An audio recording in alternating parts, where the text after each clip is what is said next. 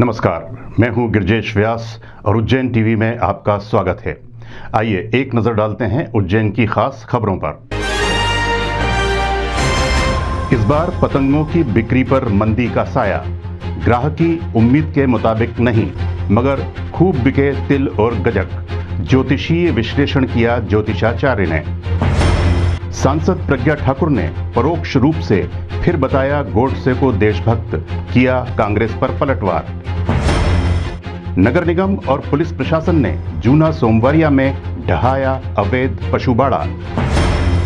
रणजीत हनुमान शिप्रा किनारे दबिश देकर अवैध रेत उत्खनन के खिलाफ हुई प्रशासकीय कार्रवाई। और नगर के युवकों ने कैंडल मार्च निकालकर किसान आंदोलन के शहीदों को अर्पित की श्रद्धांजलि। और अब समाचार विस्तार से। मकर संक्रांति पर पतंगों की दुकानें तो इस बार भी लगी, मगर अपेक्षाकृत मांग कम रही। पतंग व्यापारी भी जानकारी देने से बचते रहे। अलबत्ता गजक की हुई खूब बिक्री। संक्रांति के त्योहार को देखते हुए तोपखाना क्षेत्र व फ्रीगंज के शहीद पार्क में पतंगों की दुकान सज गई हैं। वैसे तो तोपखाना क्षेत्र पतंग व्यवसाय का परंपरागत केंद्र रहा है, मगर पिछले कुछ वर्षों से शहीद पार्क पर भी पतंग की दुकानें खासी मात्रा में लगने लगी हैं। इस बार भी पतंगबाजी के दोनों मार्केटों में दुकानें तो लगी, मगर वह मांग नहीं देखी जा रही जो हर साल देखने में आती है। जब व्यापारियों से इस बाबत जानकारी लेनी चाहिए तो वे कुछ भी कहने से बचते रहे।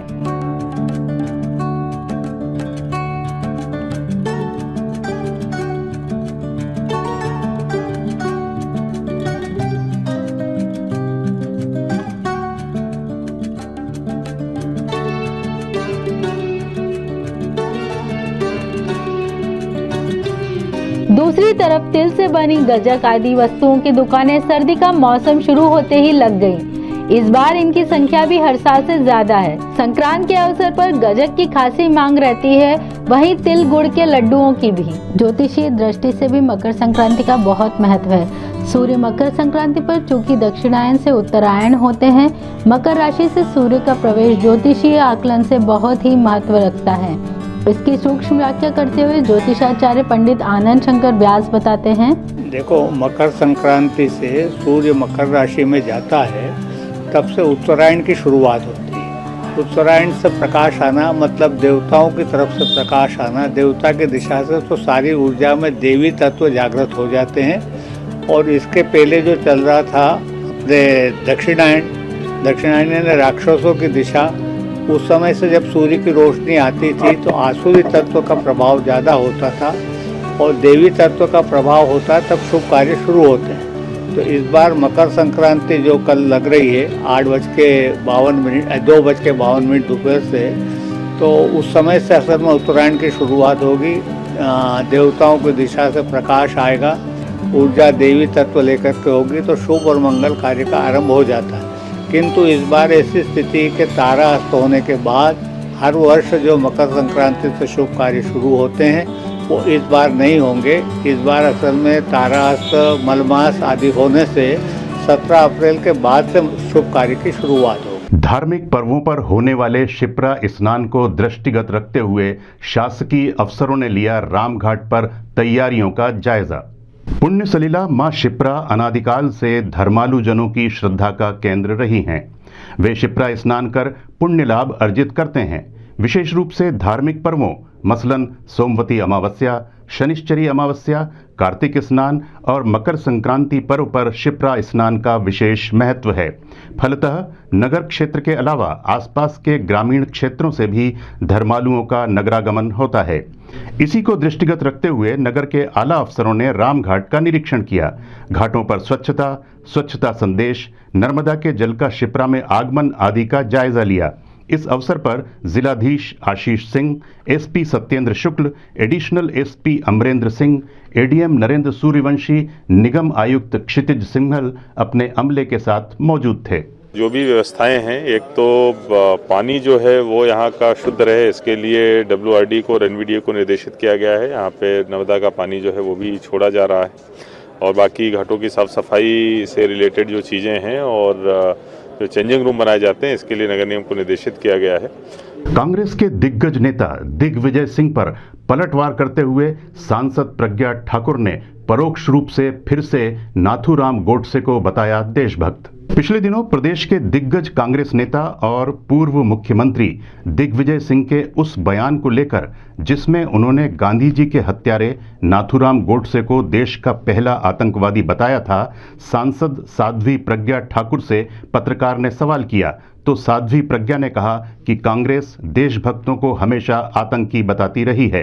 जाहिर है कि इस तरह सांसद साध्वी प्रज्ञा सिंह ने गांधी जी के हत्यारे को अप्रत्यक्ष रूप से देशभक्त निरूपित किया। गौरतलब है कि प्रज्ञा ठाकुर एबीवीपी के नवीन भवन के लोकार्पण के अवसर पर उज्जैन आई थीं। कांग्रेस ने देशभक्तों को हमेशा से गालियां दी हैं। भगवा आतंक तक कह दिया है उसने। इससे ज्यादा निकृष्टता उसकी और क्या होगी? इससे ज्यादा मुझे कुछ नहीं कहना। रावतपुरा धाम के संत श्री रवि किशन जी महाराज महाकाल की आरती में सम्मिलित हुए और पूजा अर्चना कर दर्शन लाभ प्राप्त किए। मंगलवार की संध्या आरती की शोभा उस वक्त द्विगुणित हो गई जब संत शिरोमणि श्री रविशंकर जी महाराज श्री रावतपुरा धाम पीठाधीश्वर जी की महती उपस्थिति अक्षय स्मृति बन गई। इस दौरान महाराज श्री ने नंदी हॉल से बाबा महाकालेश्वर की संध्या आरती को निहार कर ताप संग्रहित किया। भक्त और भगवान के इस पुनीत मिलन पर कक्ष में श्रद्धालुओं की भी भारी उपस्थिति थी। जूना सोमवारिया क्षेत्र में अवैध बाड़ा और उससे लगी हुई दुकानें की गई जमींदोज, प्रशासन और पुलिस की संयुक्त कार्रवाई। शहर में पशुओं के अवैध बाड़े अगर नहीं हैं तो फिर सुबह शाम बाइक पर सवार पशुपालक पशुओं को कहां से हकालते हैं और कहां के लिए घेरते हैं। ऐसे ही एक बाड़े पर अंततः प्रशासन की नजर पड़ ही गई। जूना सोमवारिया स्थित अशोक टांक का अवैध बाड़ा प्रशासनिक जद में आ गया। नगर निगम और पुलिस की संयुक्त कार्रवाई में बाड़े और उससे लगी हुई दुकानें जमींदोज की गईं।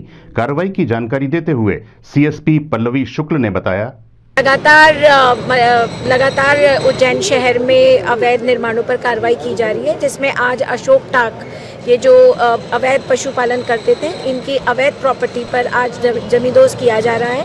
नगर निगम टीम द्वारा ये पूरी कार्रवाई की जा रही है, जिसमें हमारा पूरा बल सुरक्षा व्यवस्था के लिए तैनात है। पुलिस प्रशासन और खनिज विभाग की टीम ने अवैध रेत उत्खनन पर दी दबिश, वाहन जब्त किए और भैरवगढ़ थाने में प्रकरण हुआ दर्ज। खनिज विभाग को पता चला था कि रंजीत हनुमान क्षेत्र में शिप्रा नदी से रेत माफिया अवैध रेत उत्खनन कर रहा है। इस सूचना के आधार पर मंगलवार रात पुलिस प्रशासन और खनिज विभाग की टीम ने संयुक्त कार्रवाई करते हुए दबिश डाली। इस कार्रवाई में एडीएम नरेंद्र सूर्यवंशी, एसडीएम संजीव साहू, नगर निगम, पुलिस बल और क्षेत्र पटवारी शामिल थे। कार्यवाही का ब्यौरा देते हुए एडीएम नरेंद्र सूर्यवंशी ने बताया, नदी से लोग यहाँ पे मशीन के जरिए रेत खींचते हैं और उसको फिर धो के और फिर उसको ट्रैक्टरों में भर के डंपरों में भर के भेजते हैं। इस तरह की अवैध कार्रवाई आज यहाँ की जा रही थी, जिसमें हमें 2 रेत के ट्रैक्टर, एक खाली डंपर और एक जेसीबी हम लोगों ने यहाँ पे जब्त की है। साथ ही एक डंपर और एक जेसीबी, जैसा आपने बताया है, वो एकदम तेजी से भागा था, जिसमें जो माइनिंग इंस्पेक्टर है वो थोड़ा सा बचे भी थे। उसके बाद में पुलिस ने उसकी पीछा भी किया, लेकिन चूंकि यहाँ पे अंधेरा है और खूब सारे छोटे छोटे स्थान है और नदी किनारे का आसपास का है, तो वो हम जेसीबी वगैरह कहीं ओझल हो गई है। आज कार्रवाई करने आप आए थे और आपके ऊपर डंपर चलाने का प्रयास किया गया है, कैसे आप बचे और उसमें क्या कार्रवाई की है? जी, जैसा कि आप लोग देख पा रहे हैं, यहाँ पे एक थोड़ा सा बृहद क्षेत्र है जहाँ पे घुसने के और निकलने के 1 से ज़्यादा रास्ते हैं। तो एडीएम साहब के साथ हम लोग आए थे, मेरी टीम आई थी। तो एक रास्ते पे एडीएम साहब वगैरह खड़े हो गए और जो भागने की आशंका थी, तो उस रास्ते पे हम और एडीएम साहब के रीडर 2 लोग जाके खड़े हो गए। तो चूँकि अंधेरा का आप देख नहीं पा रहा आदमी थोड़ी दूर तक, तो अंधेरे से बिना नंबर के एक डंपर और एक जेसीबी काफ़ी स्पीड से निकल रहे थे। रास्ते में हम लोग खड़े थे, रोकने का प्रयास किया, लेकिन जिस रफ्तार से वो लोग आ रहे थे, ये मंशा थी कि चढ़ा के निकल जाएंगे। और उस कार्रवाई को अपन ने रोकने की कोशिश की, लेकिन सफल नहीं हुए। बट उस घटना से थोड़ा सा दुर्घटना हो सकती थी हमारे साथ, लेकिन ईश्वर कृपा से मैं सुरक्षित हूँ। इंदौर नेमावर बाईपास पर वाहन चालक को चाकू मारकर छीने 5,000 रुपए, लूट का शिकार अस्पताल में भर्ती। कोरोना काल के बाद व्याप्त आर्थिक संकट के चलते अपराधों में वृद्धि होगी, ऐसी आशंका अपराध शास्त्रियों ने व्यक्त करी थी, वह अब सामने आ रही है। इंदौर नेमावर बाईपास रोड पर जा रहे वाहन सवार दशरथ निवासी ढाबला हरदू के पीछे 4-5 व्यक्ति लग गए। बगैर नंबर की बाइक पर सवार इन लुटेरों ने दशरथ पर चाकू से हमला कर 5,000 रुपए लूट लिए। अस्पताल में भर्ती घायल दशरथ ने बताया, ये इंदौर बाईपास में नेमावर रोड पे और 4-5 आदमी थे वो, तो गाड़ी लेके आए पीछे से बिना नंबर वाली, और उनने रुकवा के 3-4 आदमी सर से चढ़े और 2-3 उधर से चढ़े और चाकू वाकू मारा मेरे को, तो पैसे वैसे सब ले गए। कार और बाइक में हुई भिड़ंत, बाइक सवार पिता और पुत्र घायल अवस्था में अस्पताल में हुए भर्ती। कानीपुरा से ढांचा भवन अपनी बाइक से जा रहे मुकेश और उसका पुत्र शुभम निवासी शाजापुर दुर्घटना में घायल हो गए। यह दुर्घटना उस वक्त हुई जब तेज गति से आ रही कार ने बाइक को टक्कर मार दी। घायल पिता पुत्र अस्पताल में भर्ती हैं। दुर्घटना की जानकारी देते हुए आरक्षक राम कुमार सिंह ने बताया, ये बाइक और कार में एक्सीडेंट हुआ है रतन एवेन्यू के ठीक सामने। तो ये लोग 2 घायल हैं जो बाइक से जा रहे थे और कार वाला मक्सी रोड तरफ से आ रहा था, तो कार वाले ने को टक्कर मारी है। दोनों घायल बी वार्ड में आए हैं, इनका इलाज चल रहा है और हालत ठीक है अभी तो। किसान आंदोलन में शहीद हुए किसानों को कैंडल मार्च निकालकर श्रद्धांजलि अर्पित की गई। कांग्रेस के पूर्व शहर अध्यक्ष अनंत नारायण मीना फ्रेंड्स क्लब द्वारा किसान आंदोलन में शहीद हुए कृषकों को श्रद्धांजलि देने शामिल हुए। केंद्र सरकार की तानाशाही के खिलाफ आक्रोश मार्च भी निकाला गया। हाथों में कैंडल लिए युवाओं ने शहीद किसान अमर रहे के नारे भी लगाए। कार्यक्रम में लीलाधर जादव, ललित मीणा, कमल कौशल, नरेंद्र राव, विक्की ठाकुर, दुर्गेश मीणा, हिमांशु शुक्ल, गगन ललावत आदि मौजूद थे। जानकारी समाज सेवी ओम गुरैया ने दी। आयोजन के विषय में अनंत नारायण मीना ने बताया, ये किसानों के खिलाफ जो बिल पूरे देश के अंदर जो लागू किया जा रहा है और उसका विरोध पूरे देश के अंदर किसान कर रहे हैं, और उस विरोध के अंदर जो है काफ़ी किसान जो है शहीद हो चुके हैं। उन सब की आत्म शांति के लिए कैंडल मार्च निकाला गया था और मांग की गई है कि ये जो किसान विरोधी कानून है इसको जो है वापस लिया जाए और किसान हित का कानून लागू करें, ताकि ये कृषि प्रधान देश में किसान खुशहाल हो सके और अच्छे ढंग से मतलब अपना जीवन यापन कर सके और इस देश को आगे बढ़ा सके। सिटी प्रेस क्लब ने पत्रकारों को आयुष्मान योजना का लाभ दिलाने की पहल। नगर के पत्रकारों की संस्था सिटी प्रेस क्लब ने आयुष्मान योजना के तहत पत्रकारों को लाभान्वित किए जाने हेतु पहल की है। गौरतलब है कि इस योजना के तहत पत्रकारों को 5 लाख रुपए तक का चिकित्सकीय लाभ निर्धारित अस्पतालों में इलाज के दौरान मिल सकेगा। कार्यक्रम का शुभारंभ उच्च शिक्षा मंत्री डॉक्टर मोहन यादव की मौजूदगी में किया गया। आइए एक नजर डालते हैं उज्जैन के मौसम पर।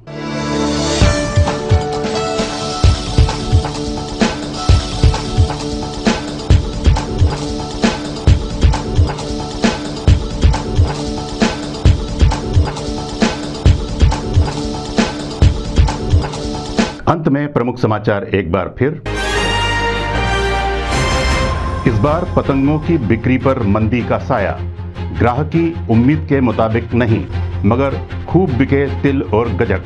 ज्योतिषीय विश्लेषण किया ज्योतिषाचार्य ने।